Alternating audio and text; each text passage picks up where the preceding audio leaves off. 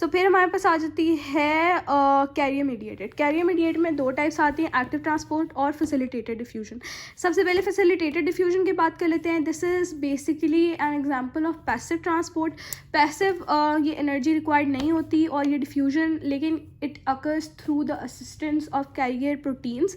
ये carrier proteins में हमारे पास रिसेप्टर्स होते हैं, उन रिसेप्टर्स पे जाके ये मॉलिक्यूल्स अटैच होते हैं। उन मॉलिक्यूल्स के अटैचमेंट की वजह से हमारे पास गेट्स ओपन होते हैं और उसके थ्रू ये मॉलिक्यूल्स फिर पास करते हैं। इसके अलावा कैरेक्टरिस्टिक्स क्या क्या हो सकते हैं इन चैनल वो कैरियर प्रोटीन्स के, तो सबसे पहले उनका आउटर पार्ट इज़ जो है ना क्या नाम है हैज़ रिसेप्टर्स।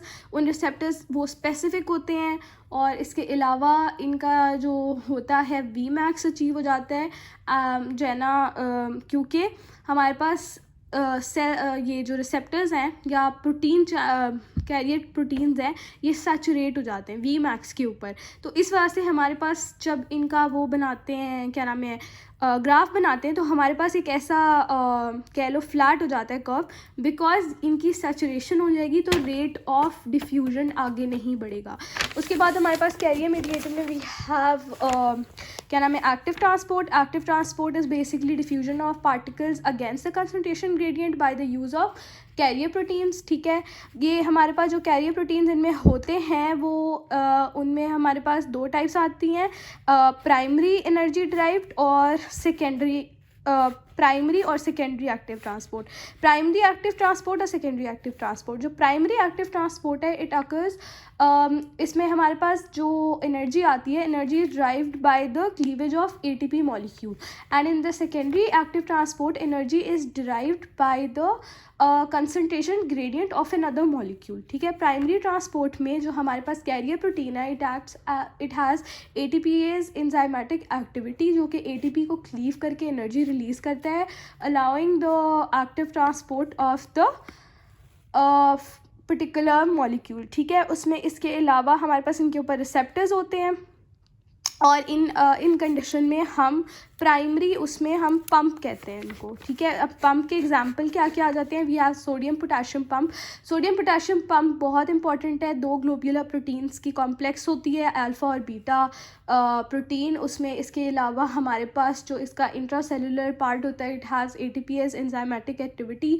हमारे पास इसके अंदर 3 जो है ना रिसेप्टर साइट्स होते हैं for sodium on the inside, 2 receptor sites for potassium on the outside.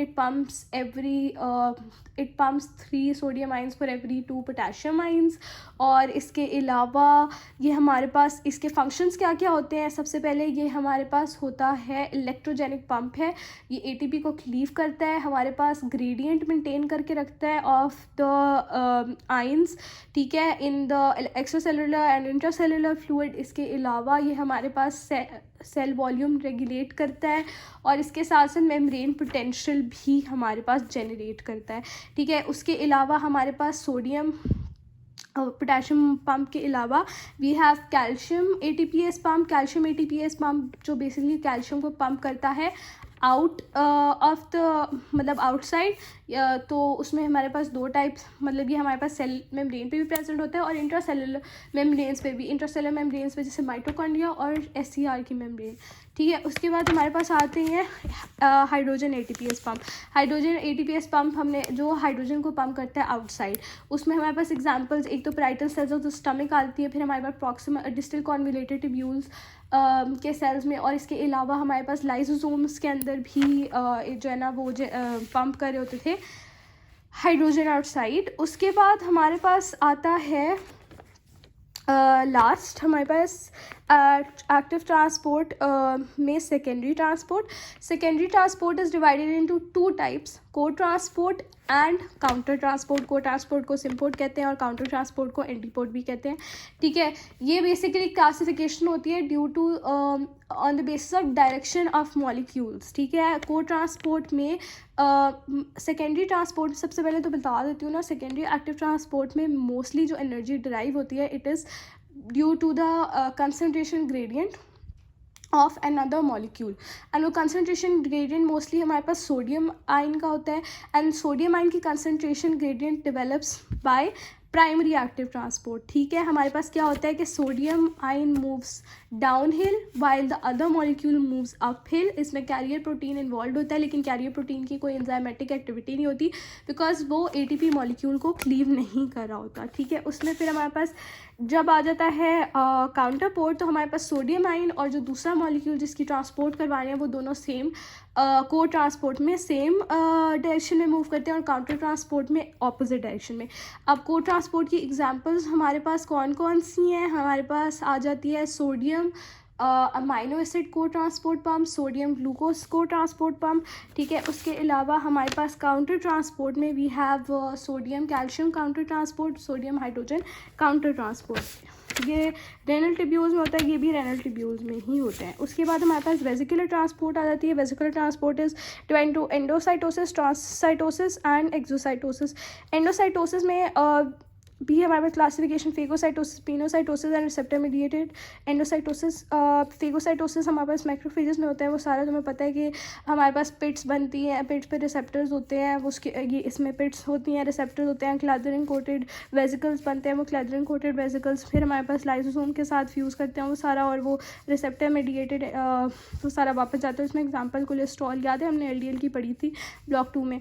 Pinocytosis cell drinking होती है। फेगोसाइटोसिस में भी हमारे पास वेसिकल्स बनते हैं, फेगोसोम बनता है, फेगोसोम लाइसोसोम के साथ फेगोलाइसोसोम बनाता है, वो सारा प्रोसेस यही है। अच्छा, फिर हमारे पास एक्सोसाइटोसिस। एक्सोसाइटोसिस में मेन रोल जो है ना वो होता है कैल्शियम का, बिकॉज उसमें हमारे पास contraction of contractile proteins involve होती है और वो कैल्शियम रेगुलेट कर रहा होता है। ट्रांससाइटोसिस में हमारे पास क्या होता है कि transport of material through cellular sheets. उसमें हमारे पास क्या होता है कि एक साइड से इंडोसाइटोसिस हो रही होती है, दूसरी साइड से एक्सोसाइटोसिस हो रही होती है, ठीक है। मतलब एक साइड से सेल ले रहा होता है वो मटेरियल और उधर से ही वो उसको दूसरी साइड से अपने निकाल रहा होता है, तो वो मतलब उसमें कोई लाइसोमल या कोई उसके अंदर कोई इन्वॉल्व नहीं होता, सेल के अंदर उसका कोई फंक्शन नहीं हो रहा होता या सेल उसको कोई छेड़ नहीं होता, बस एक जगह से दूसरी जगह ट्रांसपोर्ट का तरीका है, दैट इज़ कॉल्ड ट्रांससाइटोसिस। और इसमें हमारे पास प्रोटीन्स जो है ना ट्रांसपोर्ट होते हैं थ्रू एंडोथीलियम, ठीक है।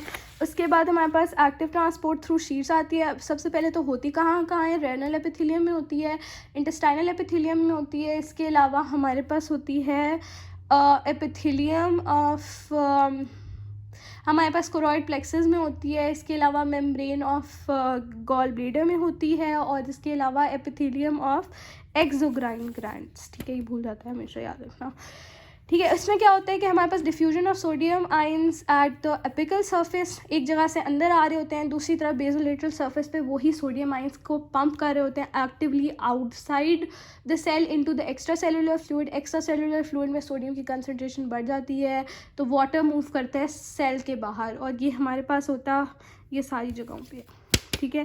This is through sheets.